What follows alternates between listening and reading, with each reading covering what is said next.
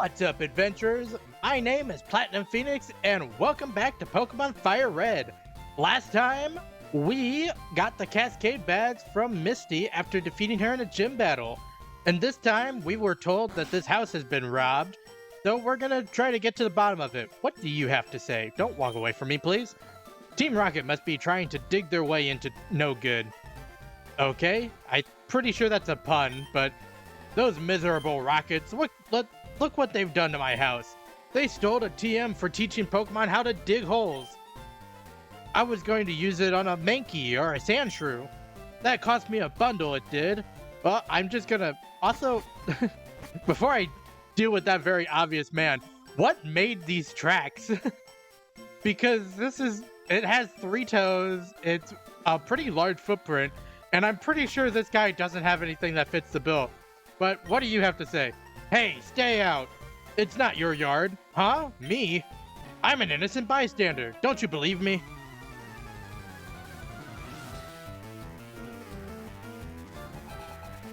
Rocket Grunt wants to battle has a Machop, which doesn't have toes, I don't think, so that can't be what made the footprints.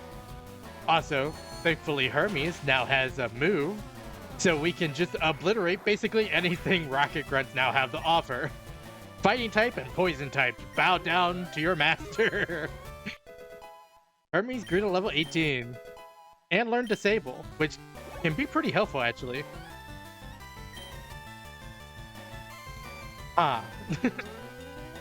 Well, so much for Hermes being able to take on anything they have to offer.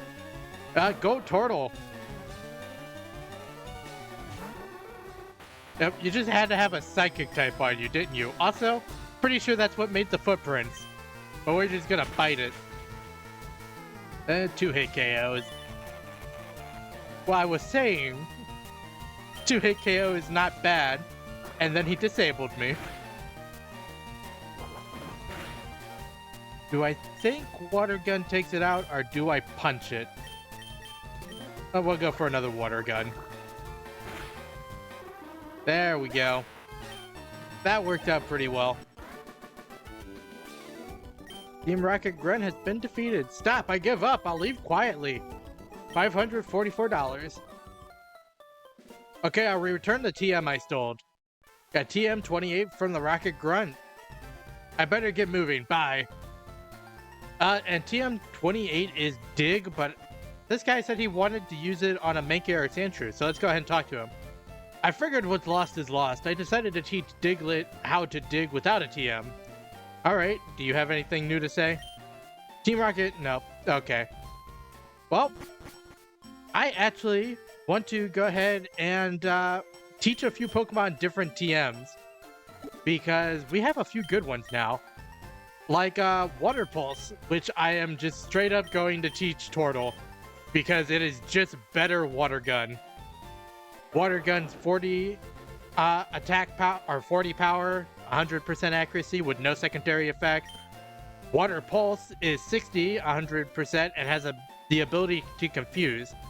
So we're just going to go ahead and teach you Water Pulse. Got a whole animation. Did we just shove a disc inside your head? That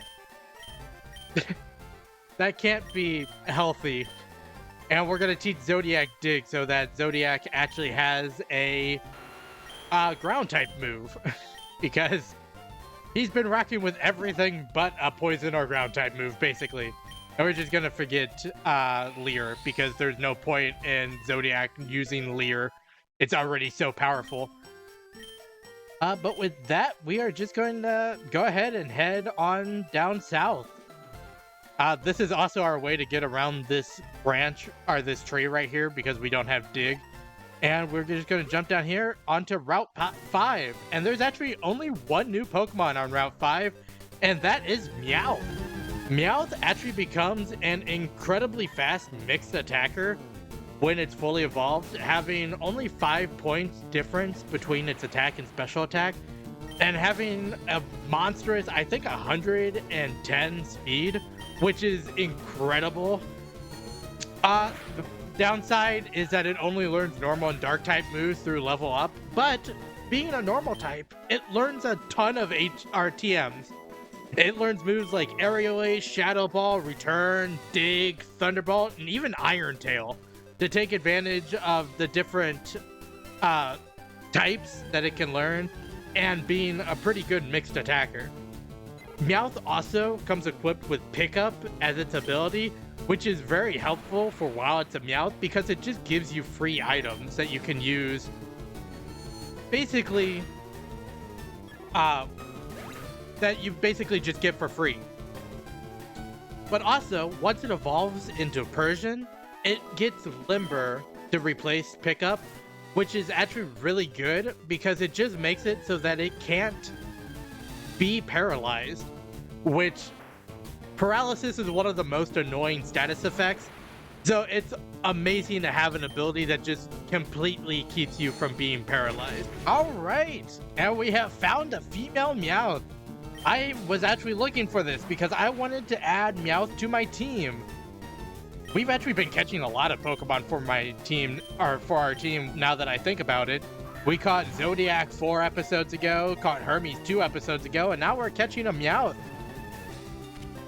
Perfect. First Pokeball too, that's amazing. So the reason I wanted to use Meowth is, like I said, it becomes a really good mixed attacker that learns a lot of different moves, and I think it really balances out the team that I have currently. And the reason I wanted to be a female Meowth is because I'm naming this Meowth Zara.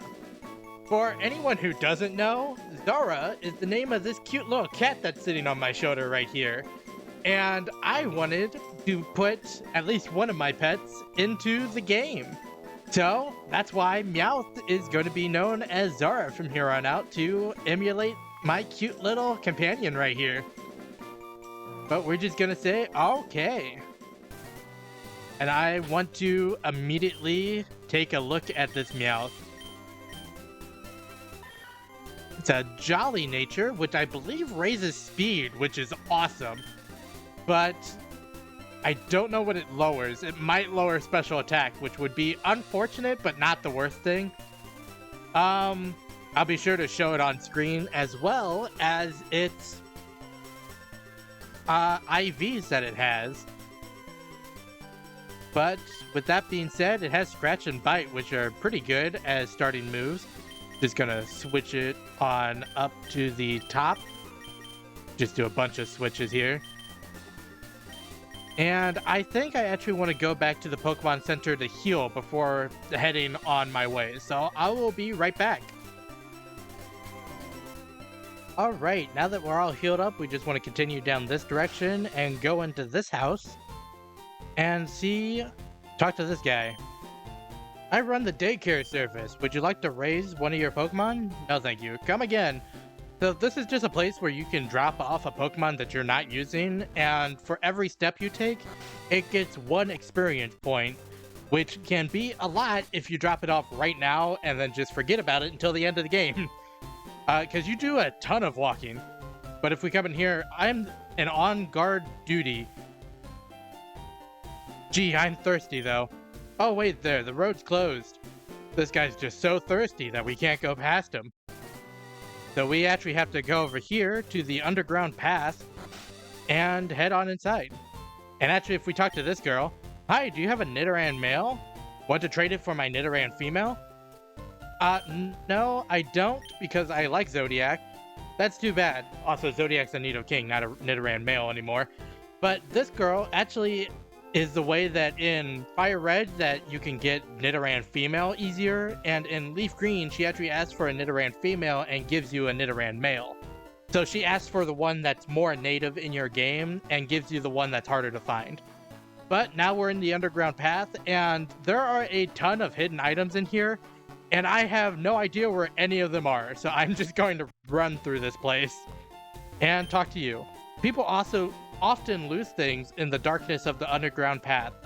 Yeah, I know. That's what I was talking about. She's saying that there's a lot of hidden items in there. I just don't know where they are. But if we go up here, I do know that there is a hidden item right here. That is another rare candy. That's 2 in 2 episodes. That's a good rate to keep going at. And if we go over here into this tuft of grass, there is a citrus berry. But now that we're on a new route and there's no Pokemon left to go over because it's the same Pokemon that were on Route 5, I actually want to talk about a topic that I've mentioned a couple of times, but I haven't actually said much about because honestly, we haven't really had that many opportunities to talk about it. But the thing I'm talking about is stab move, and stab stands for the same type attack bonus moves. And the way stab works is that if a Pokemon uses a move that is the same type as it, for example, Hermes using Confusion, which is also a Psychic type move, it gains a 1.5 times multiplier to that attack. So it does 1.5 times more damage than it would normally.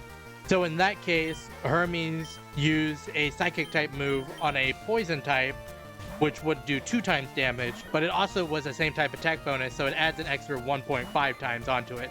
So instead of doing 2 times damage, it actually did 3 times damage. And I still don't think I am strong enough to fight a regular Caterpie. So we're just going to keep switch training Zara.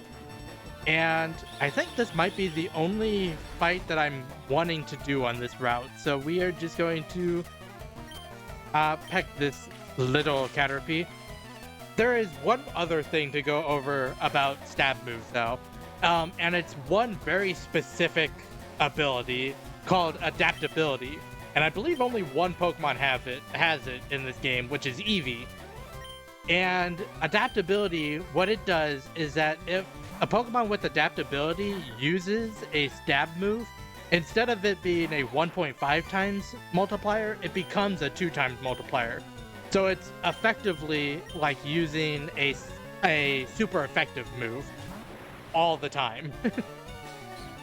And when you mix it with a super effective move, it actually becomes a 4 times move.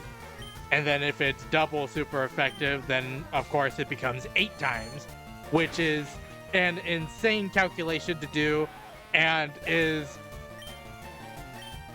basically just a lot of damage that you can get out of using the same type of attack or the same type of a move as your Pokemon is. So it's just a good idea to keep track of what type your Pokemon are and to use moves that complement those types. And I believe, can I skip past these guys or do I have to fight at least one of them? I have to fight at least one of them. Huh? You want to talk to me? I really don't, honestly, man. I got a poison Kadabra that's currently dying in the background, and all you got is a bird. Honestly, I don't really want to fight you, but if I must, I'm going to kick your bird. Or more specifically, Zodiac's going to kick your bird. Zodiac, Mega Kick. God damn it, Zodiac, you had one job. That works. It's actually pretty interesting. Multi-hit moves, every time the multi-hit moves hit Zodiac, it has the same chance of being poisoned every time. Does this have enough attack to take it out? No, but the poison will. And we're getting leered, which doesn't matter because I'm switching back to Zara as soon as you go down. Goodbye, Spearow. What do you have next? Zara gets to level 11, and Zodiac should get to level 22 off of that, which is very nice because Zodiac will be my main player in the next gym. Also, learning Thrash is very nice. But do I want to replace Mega Kick?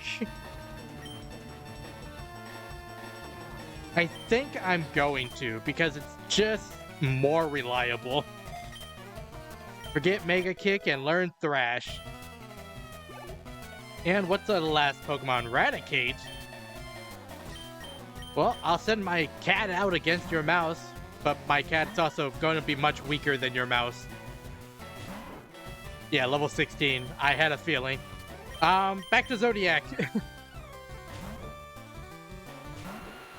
Zodiac, you know the plan. Kick it. It could have been very bad if that Raticate decided to attack Zodiac and got poisoned, but this is just going to obliterate it. Take it right on out of there.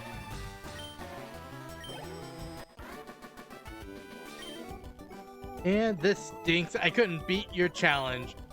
Dude, I didn't challenge you. You challenged me. I didn't want to talk to you. Alright, well, with that, we are in Vermilion City. And with Hermie still poisoned, I think this is a perfect place to end this episode. So, I hope that everyone enjoyed watching. If you did, make sure to like, comment, and subscribe to the channel. Next time, we're gonna go board that SSN that we got a ticket from Bill for. But until then, happy adventuring.